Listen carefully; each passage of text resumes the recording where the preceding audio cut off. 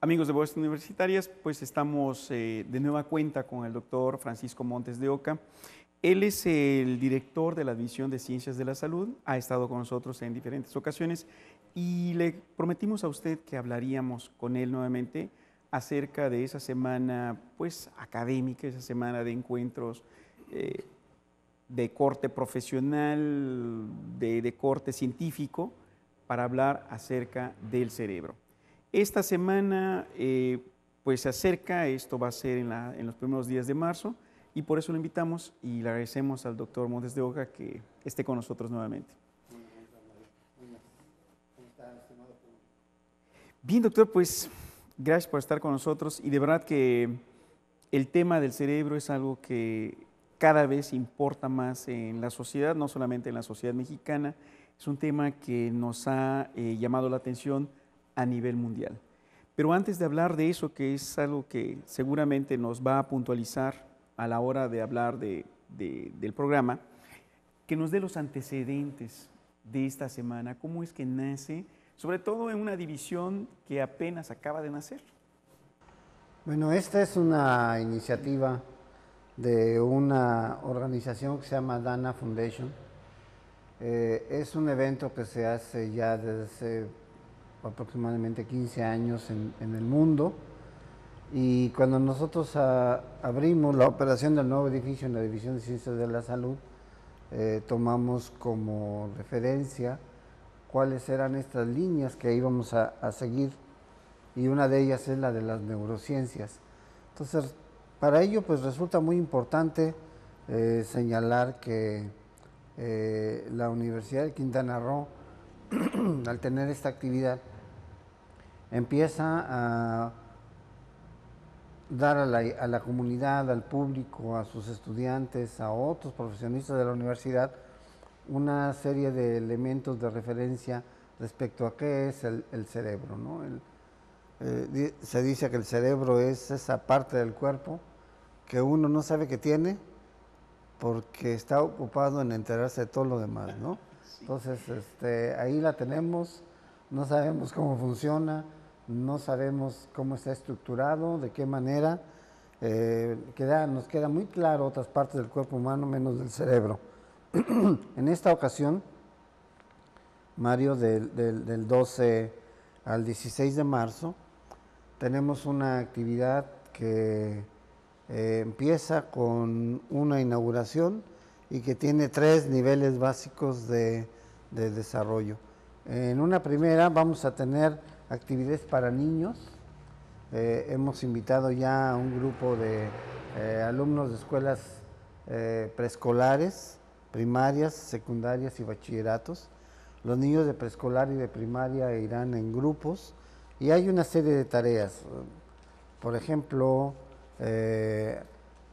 hay rompecabezas, hay uno que se llama la ovejita del sueño, ponerle el cerebro a la oveja, en qué parte del cuerpo va el cerebro, o sea, en la panza, en la cola, en el lomo, dónde va.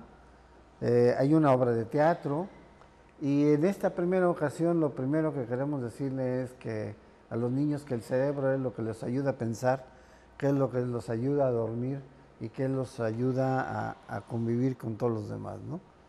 O sea, hay una serie de funciones básicas, hay una serie de estructuras. Los alumnos de secundaria ya tienen otros conceptos, que cuántas partes tiene, dónde está, de qué tamaño es. Tenemos cerebros que ellos van a poder manipular, tocar con sus manos, cortes, figuras, y sobre todo una de las cosas importantes es cómo es que se duerme, cómo es que es el sueño, y la otra es cómo es que nos afecta algunas de las cosas que hacemos todos los días: fumar, tomar alcohol, tener accidentes, consumir inhalantes, consumir cualquier tipo de estimulante. Evidentemente eso lo primero que le pega es al cerebro. Sí, doctor, y en este caso, bueno, pues usted comenta, hay 3 niveles. Hay un público que se compone de niños, de primaria, me imagino, eh, usted ha comentado los adolescentes que vienen por parte de la secundaria. Y el tercer nivel, supongo que somos todos los adultos que estamos, digamos que, entendiendo esto como algo que no solamente es aprendizaje, sino es también intercambio de ideas, es una serie de... En esta semana, Mario, vamos a tener un curso que ya hemos venido trabajando, que es el curso de patología del sueño. Es una de estas enfermedades que recientemente se están estructurando. Sí, los trastornos del sueño, moderno, ¿no? Los trastornos del sueño son una causa muy común de otro tipo de enfermedades, inclusive de hipertensión. Hay nuevas relaciones ahora que nos señalan que el no dormir bien puede ser síntoma de algo más que simplemente una preocupación o una cama chueca. No es cierto, hay procesos muy complejos que se realizan en el cerebro y vamos a tener un curso de medicina del sueño. Este curso de medicina del sueño, pues todavía hasta mañana están abiertas las inscripciones. Viene gente de la Universidad Autónoma Metropolitana que junto con nuestros investigadores ya van a impartir el curso. Es un curso muy interesante. Ahí va personal médico, estudiantes de medicina, enfermería, farmacia, psicólogos.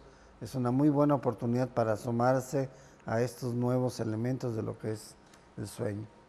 Doctor, antes de continuar con el programa, porque a cualquiera le tiene que llamar la atención la cantidad de actividades que tiene, ¿cómo se organiza este encuentro, esta conferencia, este congreso, a partir de los estudiantes o de los profesores de la división? Porque no es un trabajo sencillo. Por lo que estoy viendo, este es un trabajo titánico que requiere de muchas manos, de muchos cerebros, por cierto, y desde luego de voluntades para formar un programa de esas dimensiones. ¿Quiénes están participando por parte de la División de Ciencias de la Salud, doctor? Mira, básicamente tenemos a dos profesores de tiempo completo, que pues, son profesores investigadores. El doctor Luis Núñez, que es uno de nuestros jóvenes investigadores, miembros del SNI, que... La División de Ciencias de la Salud ya tiene miembros del Sistema Nacional de Investigadores, sí. A pesar de que la división tiene apenas 3 años. Sí. Luis es un agente que hace estudios sobre dinámica cerebral, sobre entrenamiento y acondicionamiento de neuronas. Es un agente que está haciendo en este momento un proceso de investigación sobre el efecto del yoga, sobre la capacidad de los alumnos para poderse concentrar, cómo los alumnos se concentran para poder estudiar y si el yoga influye o no influye en ese tipo de cosas, ¿no? Tenemos otras líneas, pues. Sí. En esta parte del trabajo está también la doctora Lucely Roldán. Ella es del Departamento de Ciencias Biomédicas y ella colabora como profesora de tiempo completo en todas estas relaciones. Y tenemos ahí cerca de aproximadamente unos 80, 90 alumnos de la carrera de medicina y de farmacia que se van a encargar básicamente de poder en un momento dado hacer estas actividades con los niños de primaria, de secundaria y de preparatoria. Esta es una forma que nosotros utilizamos para que los alumnos aprendan sobre el cerebro y puedan en un momento dado expresar qué es lo que sucede y lo hagan con palabras sencillas para que aprendan este proceso de comunicación y si lo hacen con niños, lo hacen con los adolescentes y lo hacen con adultos, pues el día de mañana lo van a poder hacer con sus pacientes. Es decir, están aprendiendo algo y están practicando una habilidad que les permite en un momento dado después aplicarla para la vida diaria, ¿no? Por supuesto, sin duda. Yo creo que esto es una tarea que, si le puedo llamar socialización del conocimiento, porque no solamente son los estudiantes los que reciben a los invitados, a los especialistas, sino también a diferentes generaciones como son los niños. Efectivamente, esa es una tarea que de pronto nos hace referencia o nos obliga a pensar de cómo las universidades tienen que modernizar esa forma de aprender, socializando, y cómo también la sociedad tiene que sentir que la universidad es suya Es algo que necesariamente las universidades han tenido que aprender a lo largo de los últimos 20, 30 años y en las que por fortuna la nuestra lleva ya una gran experiencia. Doctor, permítanos hacer una pausa, vamos a ir a una breve pausa en Voces Universitarias y vamos a regresar porque tenemos que seguir platicando acerca ahora de las mesas de trabajo, de lo que estamos esperando, sobre todo de lo que espera nuestra universidad acerca de ese trabajo que usted está realizando.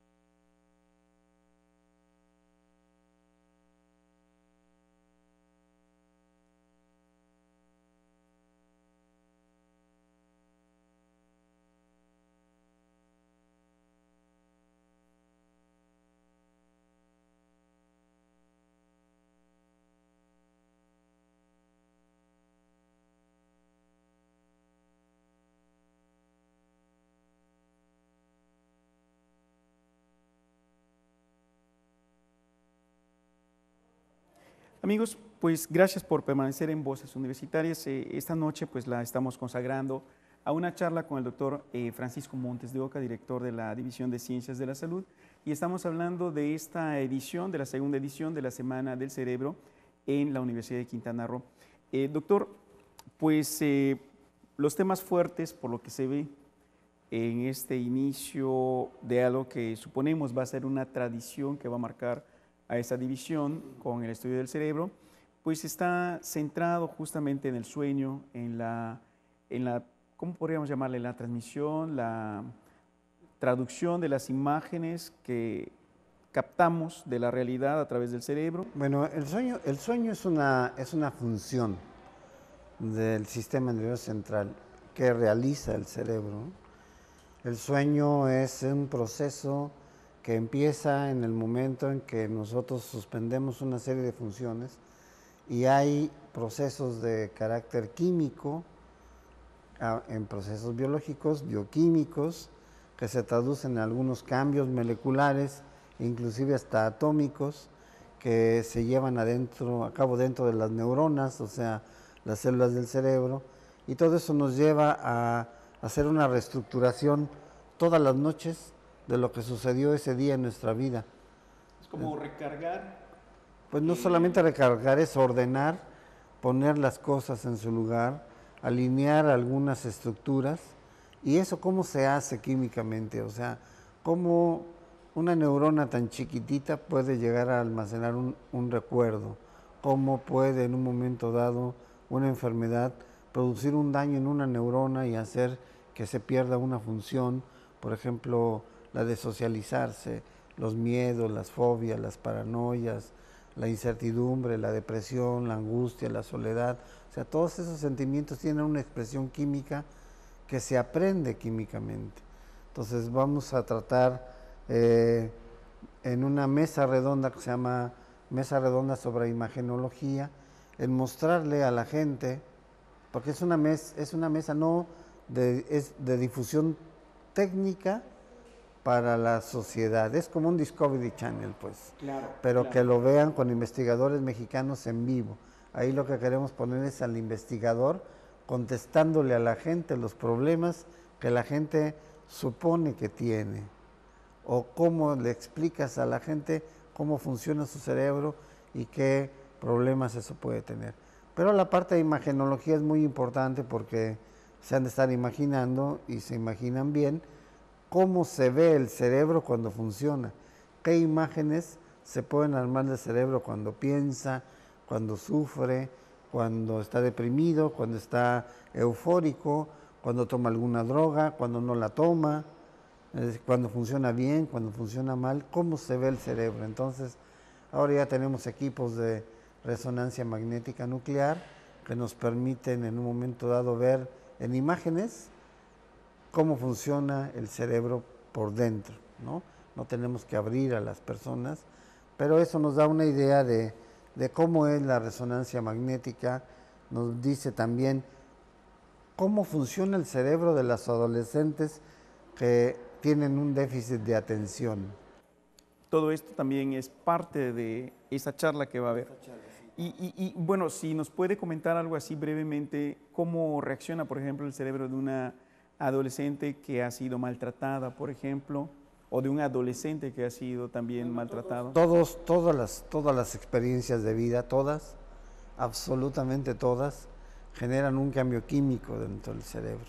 Y ese cambio químico hace que ciertas zonas tengan un metabolismo y otras se inhiba ese metabolismo. Entonces, ¿cómo se prende una y se apaga otra? ¿En qué condiciones? Eso depende exactamente de cómo aprendes tú, cómo aprendo yo, cómo aprenden los demás. Es cómo somos los individuos, por qué somos diferentes unos a otros y qué mecanismos de atención o químicos o de qué manera se estructura esto dentro de nuestra función cerebral. Eso es precisamente lo que nos hace ser individuos. Entonces, no es una conferencia que de alguna manera lo que haga es decirte cómo funciona y que lo que a mí me pasa, le pasa a todos los que están en el auditorio, ¿no? Pero sí nos dice que es muy complejo empezar a entender cuáles son esos patrones comunes, ¿sí?, de cambios o de respuestas que hay dentro del sistema nervioso central.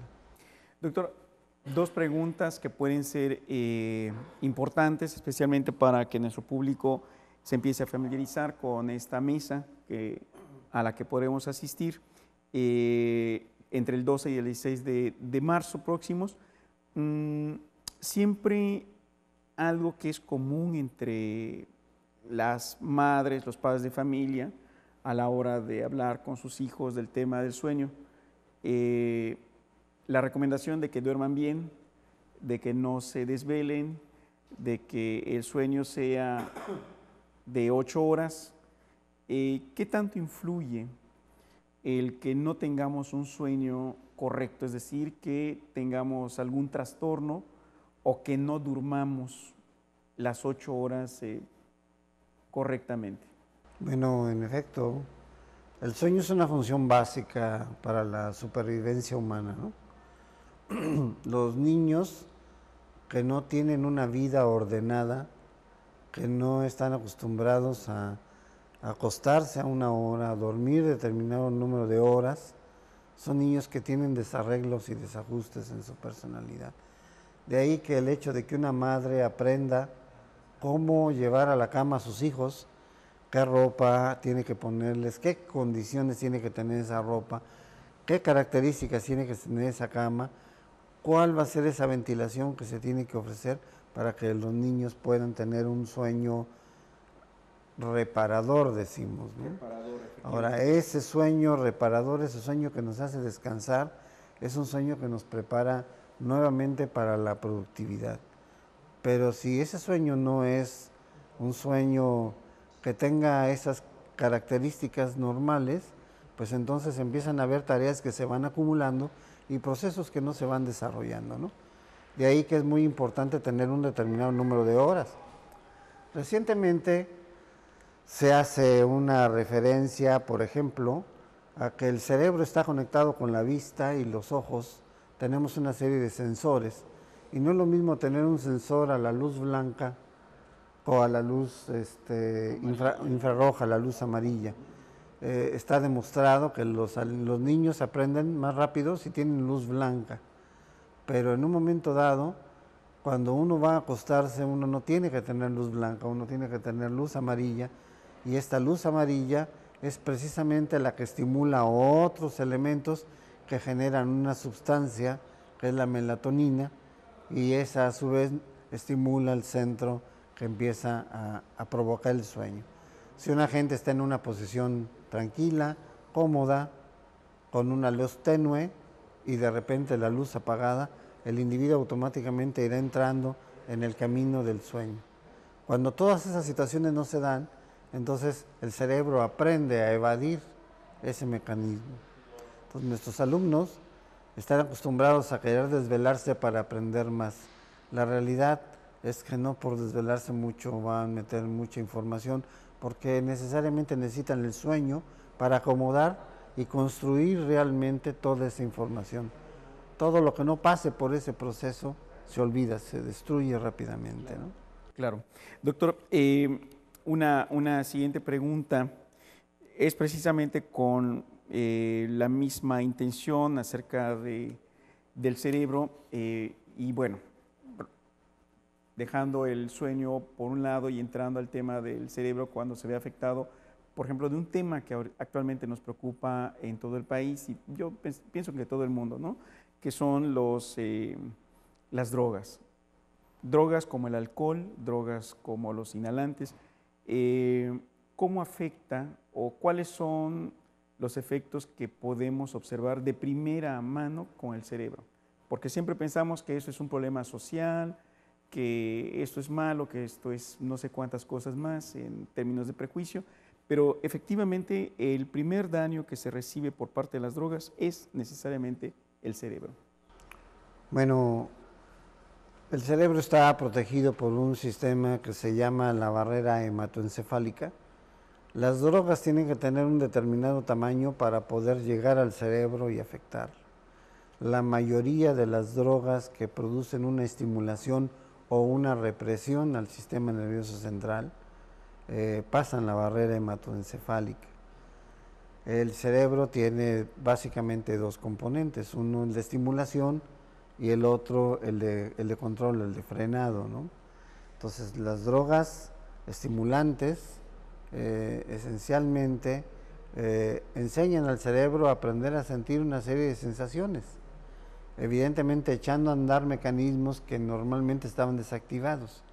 Y por el otro lado, las drogas que son depresoras pueden en un momento dado hacer que las drogas estimulantes o que las sustancias del cerebro que son estimulantes puedan incrementar su secreción, porque el cerebro tiene su propia producción de hormonas internas. Entonces, cuando una baja, la otra automáticamente sube, pero cuando hay algo que la baja más, la otra automáticamente sube. Entonces, uno puede ser fácilmente eufórico si uno toma un depresor. Por ejemplo, el alcohol. El alcohol es un gran depresor y deprime tanto que en un momento dado la euforia del alcohol es mucho mayor que la euforia normal. Entonces, estos mecanismos le enseñan al cerebro a responder ante ciertas sustancias. Aprende el cerebro aprende todo el tiempo. Desde que antes de que nazcamos ya está aprendiendo, ¿sí? Y en el momento en que fallecemos hace su última función, desconecta todo, ¿no? Es el mayordomo de la casa que apaga el switch y manda a todo el mundo a dormir, ¿no? En este caso vamos a tener un curso que es el de medicina del sueño, en donde decimos todos estos problemas, cómo se van acumulando, cuáles son normales, cuáles son patológicos, cuáles son sociales, y luego cuál es la forma de tratar esta terapia, que no es una terapia sencilla, no es solamente la del ronquido, no es solamente la de la pesadilla, es todos estos trastornos del sueño que algunos se tienen que medir eléctricamente, ¿no? Excelente, doctor. Pues se nos ha terminado el tiempo. Solamente me resta solicitarle que le diga al público cómo puede acceder a las instalaciones, cómo puede inscribirse, qué debe hacer cada persona para estar en este congreso, para que este anuncio que usted está haciendo nos sirva a todos. Bueno, los niños de las escuelas ya fueron escogidos, las escuelas ya están designadas, los padres de los niños que ya saben que van a ir a la Semana del Cerebro, a la división, les pedimos que si quieren acompañarnos, pues bienvenidos. Ustedes podrán ver las actividades que tienen los niños ahí. No tenemos abierta ya la posibilidad de nuevas gentes, a menos de que alguna institución de Chetumal nos pida en un momento dado al correo semanacerebro@hotmail.com. Entonces ahí podríamos nosotros ver la posibilidad de organizar, pues no esta semana, sino en alguna otra, con nuestros alumnos, alguna participación. Vamos a tener el apoyo de aquí los compañeros del Sistema Quintanarroense de Comunicación Social. Las conferencias serán en el Teatro Constituyentes. El programa completo está en la página de la UCRO, www.ucro.mx, de tal suerte que los padres de familia ya saben a qué van a ir sus hijos, los de bachillerato ya están enterados, las autoridades del plantel y sus alumnos, ya tenemos los camiones dispuestos, y si algunos padres quisieran ir, pues con mucho gusto ahí los esperamos. Nomás espero que no lleguen todos los habitantes de Chetumal porque no van a caber. Muy bien, muchísimas gracias, doctor. Pues con esto terminamos este programa de Voces Universitarias. Y bueno, pues la invitación es para que del 12 al 16 de marzo estemos atentos a esta Semana del Cerebro. Nos vemos el próximo lunes en Voces Universitarias.